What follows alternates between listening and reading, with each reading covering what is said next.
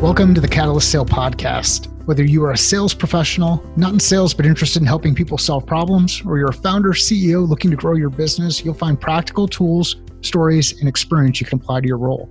This is Mike Simmons. I'm the founder of Catalyst Sale. I'm really excited to have Don MacPherson on the podcast today. Don is the founder of 12 Geniuses. We'll discuss education, innovation, looking back, and looking forward. Don, I'm really excited to have you on the podcast today. Can you share with the audience a little bit about who you are, what you're doing, and what you're excited about? I'm running a company called 12 Geniuses. And what 12 Geniuses is an organization that is educating the leaders of today and building the leaders of tomorrow. And what we're educating people on is the trends that are shaping the way we're living and working. And we're looking typically about 10 years out. So we're looking at technology trends, we're looking at demographic trends, these types of things that are really radically shifting the way that we go about our daily business and that are changing the social fabric of our society. And what's exciting to me is when I look back 10 years, how much the world has changed. And when I look forward 10 years, how much better the world will continue to get as a result of some of these technology and demographic changes. So that's what we're doing. We have a podcast called 12 Geniuses. I go out around the country and speak to organizations and associations on these trends. And then we do a little consulting work on the back end. We've been at this for a little over a year now and are really looking forward to what the 2020s are going to bring us. It's always exciting to get through that first year. Anything that just surprised you as you were going through the first year that you didn't expect? There were a couple things. One is the accessibility of the guests for our podcast was really remarkable to me. And I think part of that is I had been doing this sort of work, webinars, speaking, these types of things, and created some relationships. But for season 2, we let off with Daniel Pink. I mentioned offline that on Monday I was in Boston interviewing the author of a book called Loonshots, a guy named Safi Bakal, who's absolutely brilliant. And Loonshots was a phenomenal book, one of my favorites of the year so far. So that's been surprising to me. And just how many different elements there are to creating a podcast. So I've been learning and kind of reinventing myself. And I would say the last thing that's been exciting to me is just how excited I am about learning and reinventing myself. And I wasn't really sure when I started this project that would be the case, but I'm very delighted and pleased that it is. It's a pretty exciting process because you go through that period of, I don't know what I don't know. And then now I know what I know, and then, or I know what I don't know, and then I know what I know. And then I become kind of unconsciously competent in the things that you're working on. But that friction early on in the process can create so many opportunities for innovation. And I think so Lori Rudiman, who was a guest on the podcast, had connected us. I think that was one of the ties that she thought was really interesting. She knows how involved I am in some of the emerging technology stuff and innovation and learning, and you start to see each of these dots start to connect. So when you think of innovation, some of the technology that you've been exposed to and the things that are out there, what are some things that you're excited about specifically as it relates to how we'll be able to improve our approach to sales? To answer this question, I think it's helpful to look back 10 years. And if we look back to 2009 or even a year or two earlier than that, we really couldn't have predicted mobile and social and the impact that it's had over the last decade. So if you think about those two technologies, how mobile we are now. So of course, remote work was a thing 10 years ago, 12 years ago, 15 years ago, even. But really, we can't walk away from work right now in the way that we could, a decade or two ago. So mobility has really shifted the way we work. And that's absolutely the case for sales. And then social has been a game changer too. And so you are seeing influencers, people who weren't in a sales role before, but who have created incredible audiences and engaged audiences moving into kind of a quasi-sales role or influencer role. And that just didn't exist 10 or 15 years ago in the way that it does now. And then as I look forward, I think about the technologies that are going to change the way we live and work. And I'm thinking about artificial intelligence, robotics, 3D printing, the Internet of Things, wearables, gene editing, virtual reality, and healthcare. But the one that is really going to change sales is artificial intelligence. And one thing that I like to repeat is something that Ginny Rometty, who is the CEO of IBM, said recently at a conference. She said, AI will change 100% of jobs across the board. So it's going to affect all of us. And when I think about how AI is going to change sales, it's going to eliminate the transactional sales. And so sales people are going to have to evolve, particularly the ones who were just order takers and who might have had nice relationships with their clients or customers, but they're going to have to evolve. They're going to have to be more creative. They're going to have to collaborate more effectively with coworkers, with other salespeople, and certainly collaborate and problem solve with their clients and their customers. And then the other thing that will continue to be a game changer is the mountain of data that we will continue to build through the Internet of Things. And one thing that I'm seeing, and we put out a statistic on this, we have a stat of the week for 12 Geniuses that we put out on LinkedIn, is that 127 new devices are added to the Internet every second. That's 11 million a day, 4 billion a year. And all of these new devices are collecting data, GPS data, behavioral data, and effective salespeople are going to have to learn how to make meaning out of the data and understand their customers and their clients better. So those are the two that I really find very interesting for sales. It's a pretty exciting time when you think about how these tools will be able to amplify capabilities or augment the tasks that we're doing, the information that we have, and help with approach. They can also be used for what's the Ben Parker quote, with great power comes great responsibility. These things can be used for both good and bad. What are the risks associated with the technology, and what should we be looking at there? There's a ton of risks to it. And in a lot of ways, well, if you think about most technologies, they're developed to do good things, but there are people who are going to hack them, and hack has a negative connotation. It's not necessarily, I'm not necessarily using it in a negative way, but just use the technology in a way that wasn't necessarily intended by the engineers or by the innovators who created them. So if you think about the Internet of Things, we had a guest on the podcast who's a cybersecurity expert, and he was saying, when we have 35 billion new devices added to the Internet over the next decade, there's going to be an incredible amount of security risk or security vulnerabilities. These devices like CCTV or phones are being used by people who may not understand completely how to protect their data. And there are people who are going to exploit those vulnerabilities. So that's one. And, if I think about a technology like CRISPR, that is giving individuals incredible ability to manipulate genes and, potentially change the biological makeup of a fetus. And we have to have ethical conversations about that.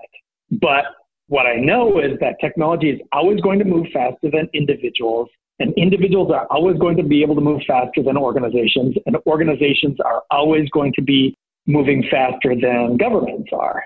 And so as we continue to accelerate with our development of these new technologies, it's really important that there are good people who are having conversations around how these should be used, or even if these should be used. So I mentioned the IoT one and the security vulnerabilities, but we have to have conversations within our organizations around how robots are going to threaten jobs. And a good leader is going to have a conversation with somebody who may be vulnerable, an employee who might be vulnerable, and have that conversation not 6 months before they might lose their job, but 3 years before they might lose their job. So that individual can reinvent themselves and find another path, another way of making a living. Because I will say, my fear with all of this is that a large percentage of the population just gets blindsided by these technologies and becomes irrelevant. And that's one of the reasons why I started 12 Geniuses. My hope is to start to inform leaders so they can start having these conversations so their employees will reinvent themselves before it's too late, because there's an incredible amount of social ills that happen when people don't reinvent themselves and continue to stay relevant, continue to stay employed. There's meaning that's lost, and then go down a rabbit hole of depression and addiction and all sorts of other very bad things. Yeah. And as you're going through and discussing that, there are two things that come to mind for me, and they blend well together. And they're things that you talk about and highlight as being very important within the work that you're doing at 12 Genius. One of them is creativity. The other is the importance of continuous learning. So how can we be more creative around the ideas that we think about when it comes to continuous learning? And how will that impact the way that we adapt and adjust to be more prepared or better prepared for how we handle the shift and the changes that are in front of us as they relate to emerging technologies? When I talk to organizations and talk about what the individual can do, there are a handful of recommendations that I make. And the first thing as it relates to, am I going to be obsolete, is really analyze how you provide value to the organization. And is it threatened? Is it threatened by a demographic shift? Is it threatened by a new technology? Now, I can tell you, Mike, that we're really bad at this as individuals. Yeah. We are, because what we think is we have a bias. What we think is that, most of us know that the world is changing and that there will be a lot of jobs that will be eliminated. We can agree on that. But very few of us believe that we will be affected, as individuals will be affected. And so when I say, how do you provide value and is it threatened? Don't just do that as a self-analysis. Get some feedback from other people you trust, some other people who might understand what you do. So that's the first thing. And rely on your network to give you very candid conversation about that or feedback on that. The second thing that we all should be doing is getting comfortable being uncomfortable. And that's a phrase that is thrown about a lot. But what do I mean by that is really kind of expanding your ability to respond to the ups and downs, everyday ups and downs. And one of the things that I recommend is that, travel someplace where you may not understand the language or you may not understand the culture, and you'll start to understand when you start to getting comfortable in this type of environment, it carries over into the way that you work and the way that you will respond to a shifting and changing environment. Because if you look at the brain research, our brains are wired not to change. This is biological. Throughout human history, over thousands and thousands of years, our brain protected us from tigers and from, going into the jungle. We had a bias toward not changing, and that kept us alive. And it's actually allowed us to thrive. But in 2019 and going into the next decade, not changing will mean that that's going to be the risk. And that is where we'll be threatened. And that's where we will become obsolete. And so we have to build greater self-awareness around when we're resistant to change, and are these changes actually threats or are they opportunities? So getting comfortable being uncomfortable is really, really important. And then assess your change readiness. There are all sorts of assessments that are out there on the internet that you can take to understand, really, am I rigid or am I more on the flexible side? And you want to be on that flexible side, because agility is going to be one of those very, very important competencies that over the next decade, as it has been over the past decade. And then the last thing that you mentioned is being a continuous learner. And this is absolutely important. And it's one of the drivers of employee engagement, one of the top drivers of employee engagement. We may have discussed this a little bit further, but when you are a continuous learner, you do understand your environment better, your current environment, but you understand how that environment may shift. And there is no reason why each and every one of us is not a continuous learner. There are resources that are free and very, very high quality. Just think about YouTube as an example, or podcasts or online courses. Many of these are free. There's a story that I tell. A couple of years ago, I was in Denmark, and I used to live over there back in the 90s. And I was talking to one of the dads during this gathering we had, and he was saying that his children have learned English very effectively. And I said, well, how do they do that? He said, well, they learn it in school, but it's YouTube where they're getting all sorts of information about American culture or culture in English. And he said that's one of the ways in which his children are learning. But we as adults and people in the workforce need to do that as well. And then I know you had asked about creativity and the importance of that, and we'll go in depth in that. But this is going to be an incredible differentiator as it relates to sales and being successful in the sales role. Because as I mentioned earlier, the transactional sale is dying, or it's going to be replaced by technology. And so if you want to be relevant and you want to be successful in the sales role, you are going to have to lean on that creativity. So you talked about a couple of ways that we can learn, and your podcast, I don't believe you charge for it. That's correct. We do not. This podcast we don't charge for. There are a number of different podcasts that are out there, and podcasts are free. There's so many different ways that you can get access to really good content, really good discussions, really good information. So if you're not learning something new or taking the time to invest in yourself to learn something new, you really have to just look in the mirror, and that's a huge challenge. And yeah, it's tough. It's tough to find time. It's tough to block out the time to do this. It's tough to create focus. But if you're out there listening to this podcast, you're one of those people who is investing in yourself. So thank you, and remind others that they should be doing it as well. As you were going through that, though, Don, you're talking about creativity.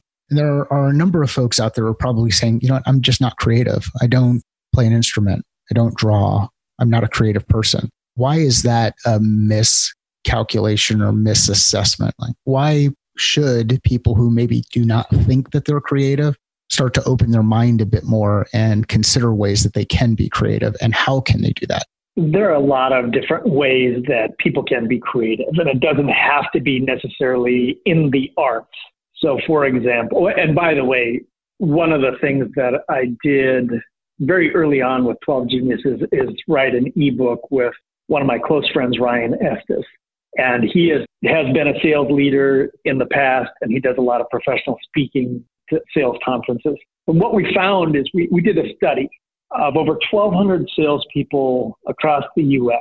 We found that 63% of salespeople considered themselves creative. And when we compared that against the rest of the U.S. workforce, the rest of the U.S. workforce said only 43% are creative. Wow. So sales is really a creative job. It's extraordinarily beneficial to be creative. And what creativity really is the ability to look at a situation or an object and see it in a number of different ways.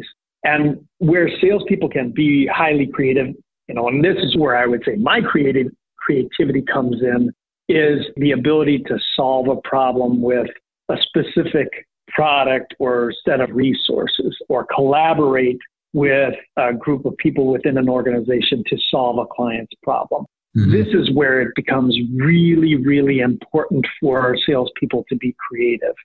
And I think most of us, based on the data that we have seen, do see that that is a capability that we have, but we can even expand that further, or we should be expanding that further. And some of the things that I like to do are, listen to different points of view on a particular topic. And so I have a political leaning, but I want to hear different perspectives on things. And that makes me more creative, or listening to genres of music that may not be my favorite genre of music, or looking at art, or doing different things. So stimulating myself in different ways. And that helps me be more creative and gives me ideas that I can apply in the work that I do. So these are some of the ways that I would recommend that people can become more creative, even if they don't necessarily consider themselves to be creative.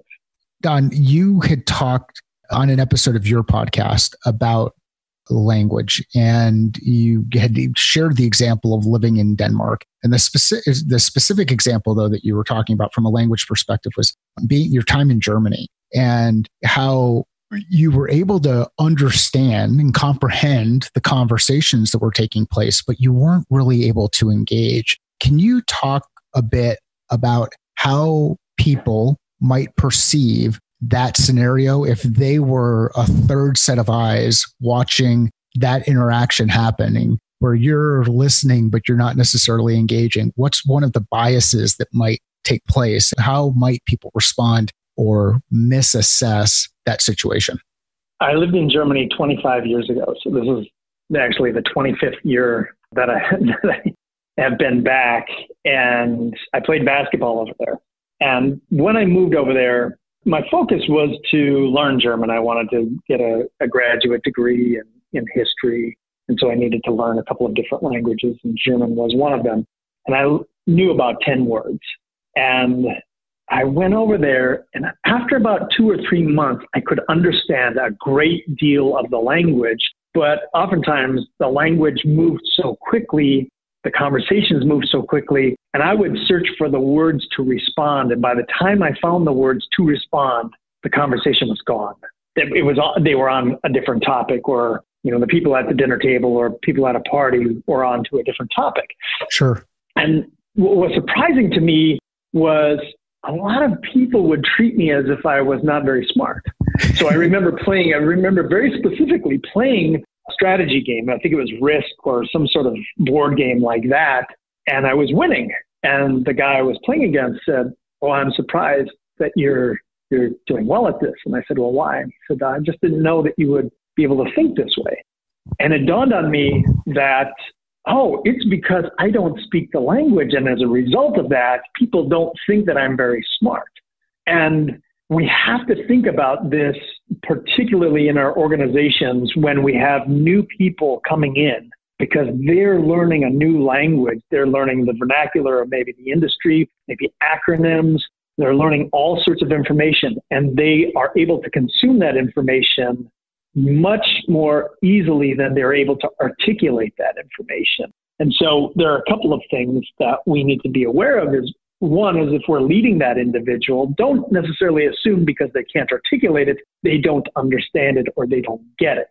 And then work with them, help them to discover the language, or maybe ask questions in ways in which they can respond a lot more simply, instead of regurgitating the technical information back to you. Maybe ask yes or no questions. Do you understand this? Do you understand how it fits into what we're doing? And we can use this in our everyday lives too, because a lot of times, my own experience showed me that, a lot of times when we're dealing with people from other cultures or other countries, we have biases because maybe they don't speak the language in precisely the way we would want them to. The reason why I started to think about this is because I have a daughter who is now 16 months, and it's remarkable what she understands, and she can say one word, but she can follow direction. If I ask her to get her shoes on, she'll walk to her shoes. If I ask her to throw something away, she can throw something away. But so that was a really incredibly important lesson for me, and I'm able to apply it particularly to new employees that have worked for me. I think it's really neat how we can apply these lessons that we learn in the home, in life, to our work. And I think the common thread, and this is not going to be novel, but the common thread is we're all human beings. And for whatever reason, we tend to forget it when we're caught in our operating environment. Yeah, without a doubt. And I will say that there are so many lessons my children have taught me that I'm able to apply in the workplace. That's just one of them, but also just your physical presence with people. I'm a pretty big guy, and I know that if I stand too close to my daughter, it can be intimidating to her. And I'm like, oh yeah, there are a lot of times when I'm at work, and if I am in close proximity to somebody else, that may make them feel uncomfortable. Now, they may not voice it. My daughter can voice it because, she loves me and I love her, and she knows that I'm going to respond to that feedback. But I just learned so much through interacting with my two daughters, and they're, one's 3.5, the other 16 months. So they're teaching me different lessons at different times. And got a 17-year-old and a 14-year-old, and they will continue to teach you different lessons. And as tough as the times are early on, I've realized now that that was just building up resilience so that we could handle the tough times now. You're not telling me, are you telling me that it doesn't get easier? It's not that it doesn't get easier. As I speak in double negatives, it just gets different. It's not easier or harder. It's certainly different. So, I love every minute of it. It's phenomenal, even the hard parts. Well, and what we've got to remember is other people have dealt with this before. I mean, you're not the first person to have a 3-year-old and a 16-month-old in the house. And right. Yet we get into this mindset of, hey, we're the only ones dealing with this thing. We're the only ones going through it. So remember, there's always somebody else out there that has had some experience, and leverage those mentors and work with others and ask questions. So Don, as we wrap up the conversation, there's some closing comments or closing thoughts that you'd want to leave folks with, and then also let us know where we can find out more information about what you're working on. Sure. I'll start with the latter and then get back to the former. People can learn more about me on LinkedIn. I'm quite a bit. Don MacPherson, 12 Geniuses. You should be able to find me pretty easily.